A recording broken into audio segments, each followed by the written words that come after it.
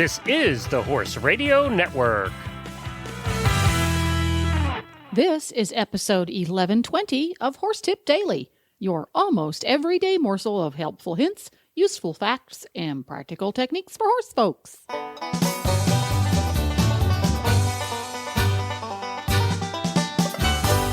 Greetings, horse people. Coach Jen here, and thanks for tuning in to Horse Tip Daily.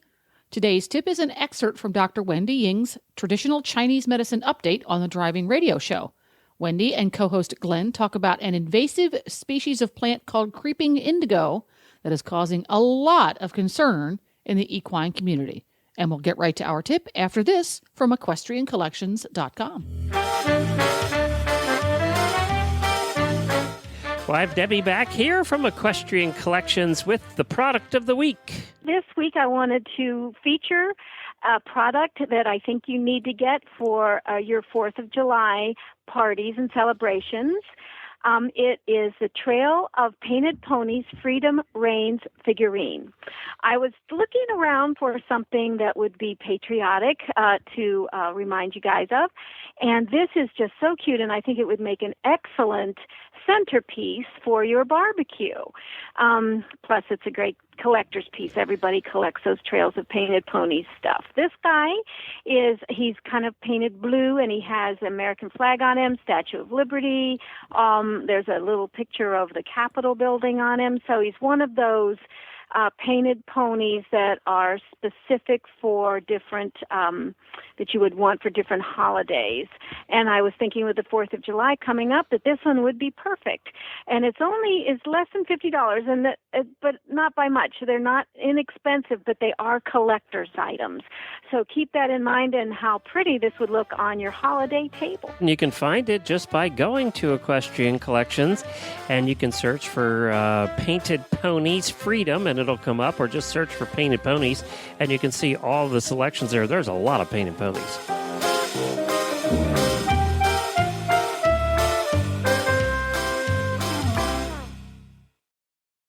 I've been getting emails and Facebook posts and Facebook messages and Twitter messages, all pointing to articles about creeping indigo. That's not creepy indigo.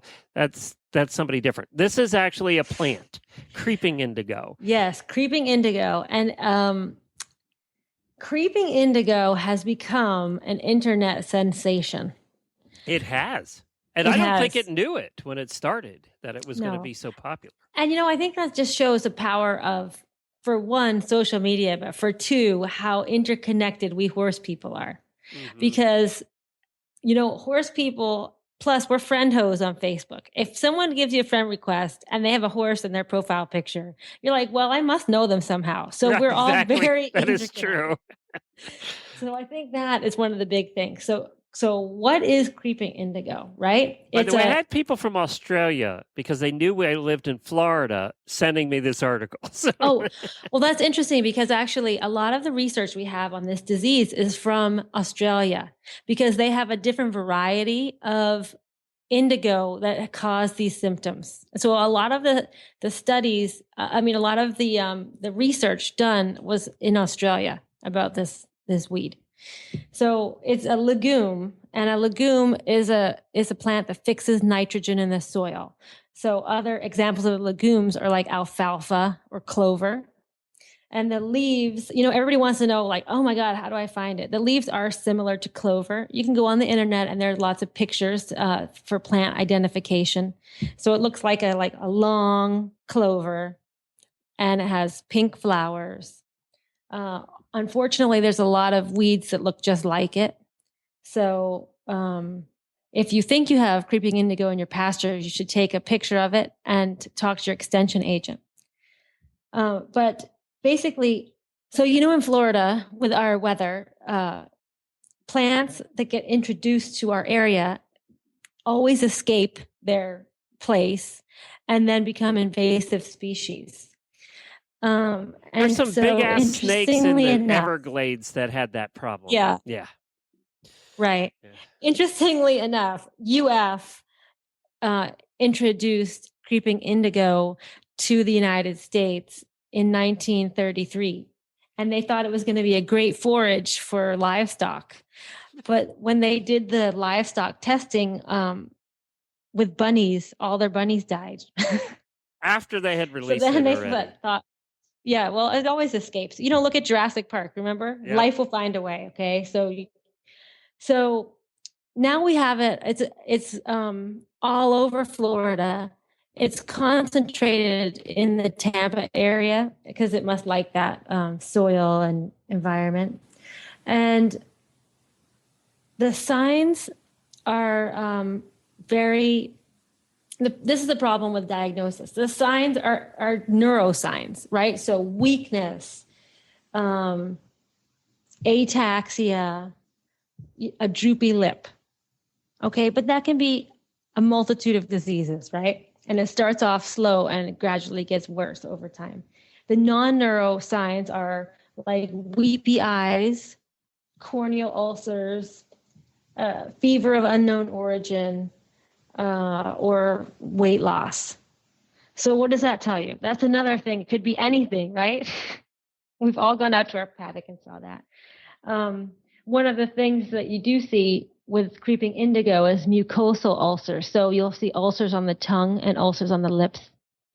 And the toxin what it does is it gets into the nerve cells themselves and it kills the nerve cells.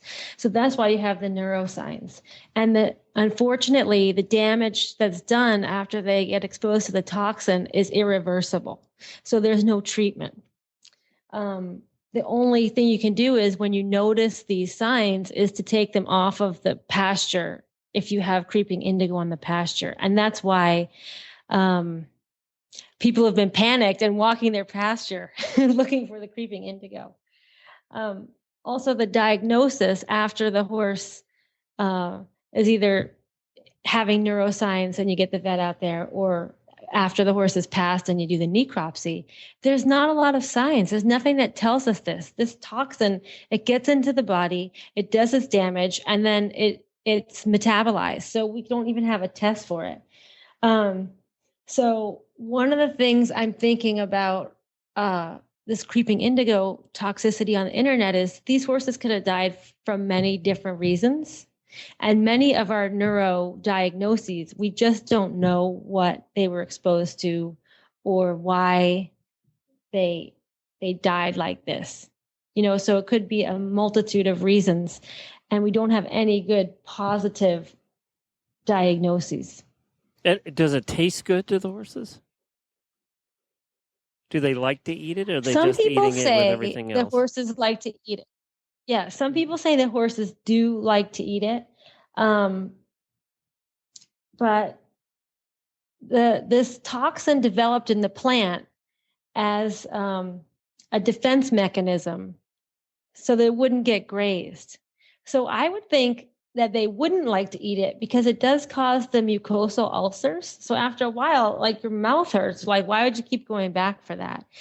So I'm kind of thinking that maybe the horses will eat it if their pasture is overgrazed and that's all is there, Mm-hmm. Because horses tend to only eat toxic plants if they've eaten all their grass and they're not getting enough hay. Right. So one of the ways that you can reduce the amount of weeds they're eating is to, do rotational grazing.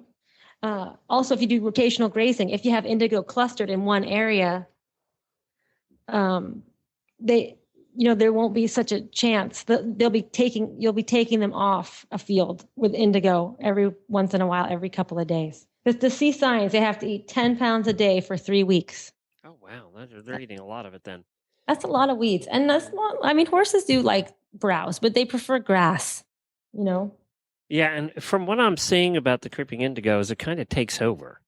So you'll see areas of it as opposed to it just being, interwoven in the grass all over the place. It kind of takes over like a ground cover kind of plant.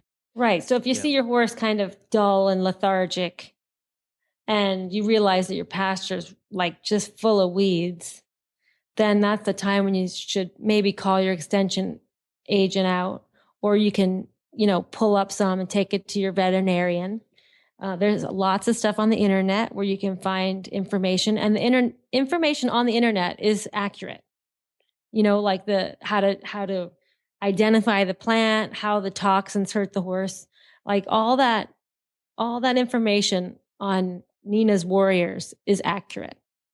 Okay. But I don't think that people should panic about it because there's not that many cases of creeping indigo so far. So if Scooter starts looking lazier and more apathetic than he already is, then I'll know. Then you'll know. Then you should tell Jennifer to go out and look. But see, in your situation, I don't think a horse like yours is really susceptible to this because you have tons of fields of grass. Right. And you don't have a lot of weeds. Plus, your pony has to wear a muzzle half the time because he's so fat. It's true. And, right? I think that you were right. I think, when they run out of other stuff, they start eating anything green. If there's no grass, they're starting to eat anything green before they get to the tree bark.